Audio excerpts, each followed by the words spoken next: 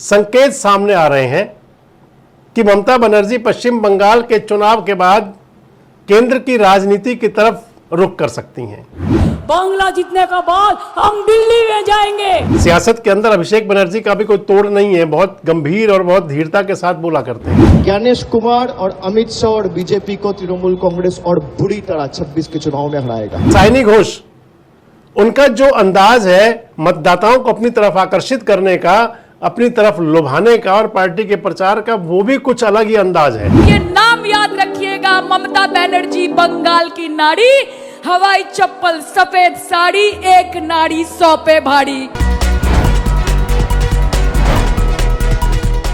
दोस्तों नमस्कार, मैं संजय मग्गू और मौजूद है देश रोजाना के डिजिटल मीडिया मंच पर। 16 अप्रैल को संसद के अंदर महिला आरक्षण बिल, परिसीमन बिल यानी डिलिमिटेशन करना और लोकसभा के अंदर सीटें बढ़ाने की आड़ में लाया गया था महिला आरक्षण बिल। विपक्ष ने मजबूती से काम किया और विपक्ष लामबंद हो गया और वो बिल संसद के अंदर गिर गया। उसके बाद से चर्चाएं विभिन्न प्रकार की हैं, सियासत को लेकर खासकर, क्योंकि जिस समय ये बिल गिरा विधान लोकसभा के अंदर, उसके बाद प्रधानमंत्री जी का देश के नाम संबोधन आया और उसके बाद में साथ साथ ही, क्योंकि पश्चिम बंगाल और तमिलनाडु में भी चुनाव चल रहा है, विधानसभा का चुनाव होना है। 23 अप्रैल को पहले चरण की वोटिंग है पश्चिम बंगाल में और 23 अप्रैल को एक ही चरण में तमिलनाडु में वोट डल जाएंगे और 29 अप्रैल को सेकेंड फेज की वोटिंग पश्चिम बंगाल में होगी।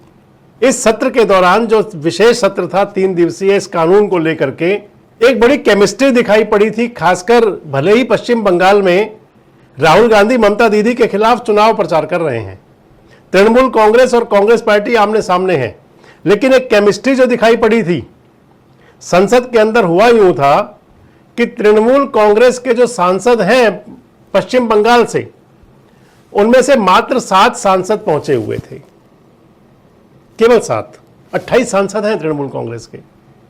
बाद में बताते हैं कि राहुल गांधी ने ममता बनर्जी की जो भतीजे हैं अभिषेक बनर्जी, तृणमूल कांग्रेस पार्टी के बड़े नेता अभिषेक बनर्जी से बात की और उनसे कहा कि आप अपने सांसदों को एक दिन के लिए दिल्ली भेजिए, 17 तारीख को आप दिल्ली भेजिए। आप 12 सांसद दिल्ली पहुंचे, 7 फिर भी नहीं आए।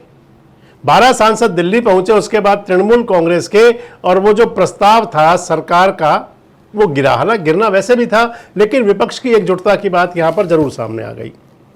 अब बात आ जाती है पश्चिम बंगाल की सियासत की। अभिषेक बनर्जी ममता बनर्जी की पार्टी के अंदर ममता दीदी के बाद दूसरा बड़ा चेहरे हैं। सियासत के अंदर अभिषेक बनर्जी का भी कोई तोड़ नहीं है, बहुत गंभीर और बहुत धीरता के साथ बोला करते हैं। अब पश्चिम बंगाल में जब चुनाव चल रहा है और एक संकेत सामने आ रहे हैं कि ममता बनर्जी पश्चिम बंगाल के चुनाव के बाद केंद्र की राजनीति की तरफ वापस एक बार रुख कर सकती हैं। दरअसल अगर देखें तो ममता बनर्जी की पार्टी के पास में पश्चिम बंगाल में नेतृत्व का कोई टोटा तो है नहीं, कोई अभाव नहीं है उनके पास। उनकी पार्टी के अंदर तमाम बड़े नेता हैं, चाहे वो महिलाएं हों और चाहे बाकी पुरुष नेता हों, यानी कि मेल और फीमेल दोनों। लेकिन इस चुनाव प्रचार के दौरान जहां नजर जाकर रुक जाती है वो एक अभिषेक बनर्जी पर और एक साइनी घोष पर। ये 2 नेता हैं, एक युवा नेता और दूसरी युवा नेत्री। अभिषेक बनर्जी पश्चिम बंगाल की राजनीति के अंदर बिल्कुल फिट हो रहे हैं, ममता बनर्जी का पूरा काम संभालते हैं, और साइनी घोष पहली बार की सांसद हैं, लेकिन जिस अंदाज में आजकल वो पश्चिम बंगाल में चुनाव प्रचार कर रही हैं, आप दोनों का अंदाज देखिए। पहले आप अभिषेक बनर्जी का संबोधन देखिए एक बार।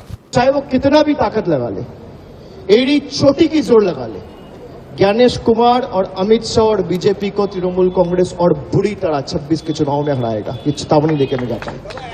और इधर साइनी घोष, उनका जो अंदाज है मतदाताओं को अपनी तरफ आकर्षित करने का, अपनी तरफ लुभाने का और पार्टी के प्रचार का, वो भी कुछ अलग ही अंदाज है। मोदी जी इस मन से आपको एक बात बोल रहे हैं कि ममता का क्षमता 2026 में आपको दिखाएगा, और ये नाम याद रखिएगा, ममता बनर्जी बंगाल की नारी, हवाई चप्पल सफेद साड़ी, एक नारी 100 पे भारी। दिल्ली का लड्डू खाया है अब बंगाल का रसगुल्ला और राजभोग खिला के आपको अब की बार यमुना पार भेजेंगे। अब सियासी चर्चाएं कुछ इस प्रकार की हैं।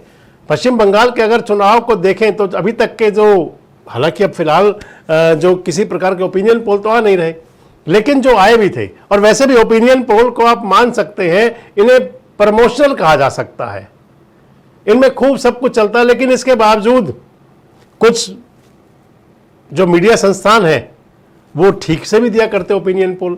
इस सब में जो भी ओपिनियन चली, जो भी ओपिनियन पोल आ रही है, वो पश्चिम बंगाल के अंदर ममता बनर्जी की पार्टी तृणमूल कांग्रेस पार्टी की सरकार बनते हुए उसके अंदर दिखाई पड़ रही है। चौथी बार ममता सरकार हो सकती है, जो तमाम आंकड़े, हालांकि पता चलेगा आने वाली 5 मई को कि आखिर रिजल्ट रहते क्या हैं, जब चुनाव परिणाम आ जाएगा। लेकिन बड़ा सवाल है कि ममता बनर्जी जिस प्रकार से आजकल जिस अंदाज में प्रधानमंत्री को और पूरी भारतीय जनता पार्टी को घेरती हैं, तो क्या वो अगली बड़ी तैयारी पर हैं? इधर क्योंकि 4 बार सरकार बनने के बाद पश्चिम बंगाल में और 42 सांसद पश्चिम बंगाल से आते हैं, इसलिए बड़ी पावर बन जाती है। क्या पश्चिम बंगाल के साथ साथ ममता दीदी अब केंद्र की तरफ भी साथ सकती हैं? ममता की जो सियासत थी वो असल में केंद्र से ही शुरू हुई थी। पश्चिम बंगाल में वो कांग्रेस पार्टी छोड़ने के बाद में, अपनी पार्टी बनाने के बाद में, एक तरफ वहां कम्युनिस्ट पार्टी से लड़ते थे, तो दूसरी तरफ वो केंद्र के अंदर यूपीए का पार्ट भी बन गई थी। अब इस समय सेम कंडीशन वही समझी जा सकती है। केंद्र की राजनीति के अंदर अब अलग अलग स्थानों के अलग अलग नेता अब अपनी धमक बनाते हुए दिखाई पड़ेंगे आपको।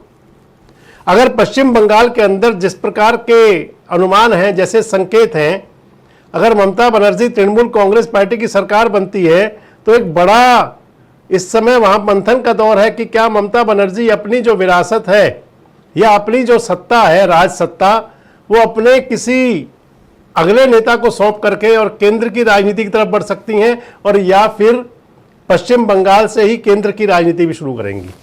आने वाला दिन में अब बंगाल के ऊपर इतना अत्याचार किया है, इसका बदला वोट का दिन जोड़ा फूल में वोट देकर तृणमूल को जिताइए। बांग्ला जीतने का बाद हम दिल्ली में जाएंगे, हम दिल्ली लेंगे, हम दिल्ली उसको छोड़ेंगे नहीं। अगर ममता बनर्जी पश्चिम बंगाल में सरकार बनती है, अगर सरकार बनने के बाद में केंद्र की सियासत की तरफ देखती है, तो फिर उत्तराधिकारी कौन हो सकता है? अभिषेक बनर्जी या सायनी घोष? कौन से नेता की तरफ नजर रहेंगी? कमेंट बॉक्स में जरूर बताएं। जुड़े रहें हमारे साथ, देखते रहें देश रोजाना। हमारे साथ जुड़े रहने के लिए सब्सक्राइब करें देश रोजाना के YouTube चैनल को, और नई वीडियो की नोटिफिकेशन पाने के लिए बेल आइकन जरूर दबाएं। अगर आप ये वीडियो फेसबुक या इंस्टाग्राम पर देख रहे हैं तो पेज को लाइक और फॉलो जरूर करें और ज्यादा से ज्यादा शेयर करें।